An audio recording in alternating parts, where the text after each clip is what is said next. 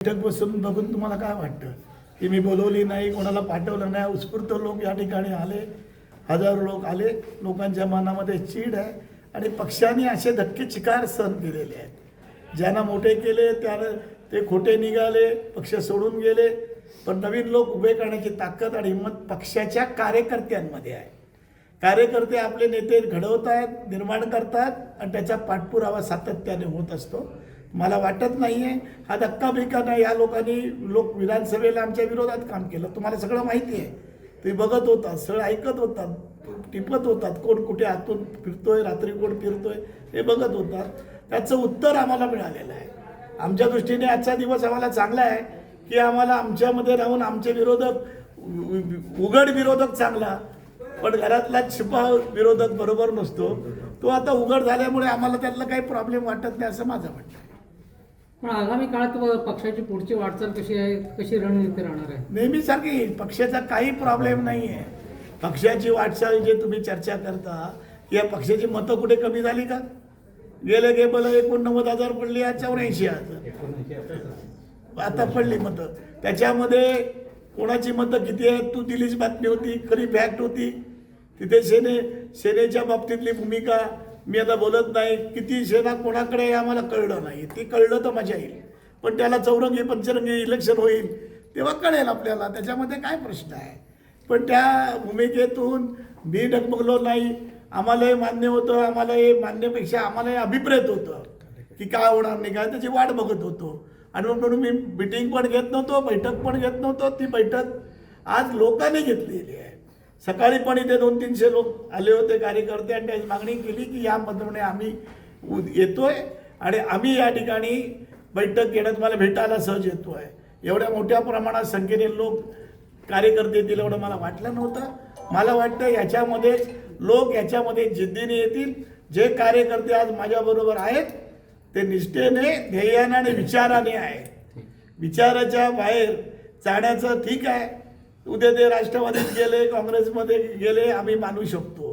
पण विचाराच्या विरुद्ध टोकाला जे आमच्या आजोबांनी या ठिकाणी ठरवलं, हा विचार आजोबांनी आमच्या या ठिकाणी रुजवला, पिकवला, त्याच्या पुण्याईवर आम्ही आज या ठिकाणी काम करतो आहोत. आणि त्याच पुण्याईवर पुढे काम नेटाने करण्याची आमची या ठिकाणी हिंमत आहे आणि आम्ही त्या पद्धतीनं जोराने आम्ही काम करू. आघाडी बरोबर आहोत, आम्ही महाविकास आघाडी बरोबर आहोत. त्याचा निर्णय होईल आणि त्याच्यानंतर आम्ही त्याच्यावर निर्णय होईल. पण आम्ही इंडिया आघाडी सोडणार नाही. आम्ही इंडिया आघाडीवर कायम आहोत. शेतकरी कामगार पक्ष हा विचारांनी आणि कार्यकर्ता केडर बेस पक्ष आहे, हे तुम्हाला माहितीच आहे. त्याच्यामुळे आज अशीच आम्हाला कुटुंबाला लोक भेटायला आली, कारण की सकाळीच एक कुटुंबातच दुसऱ्या पक्षात पक्षप्रवेश झाला. त्याच्यामुळे कार्यकर्ता, सगळे नेते हे जयंतभाईंचा आणि लालबावट्यावर विश्वास ठेवून अतिशय ठाम आहेत.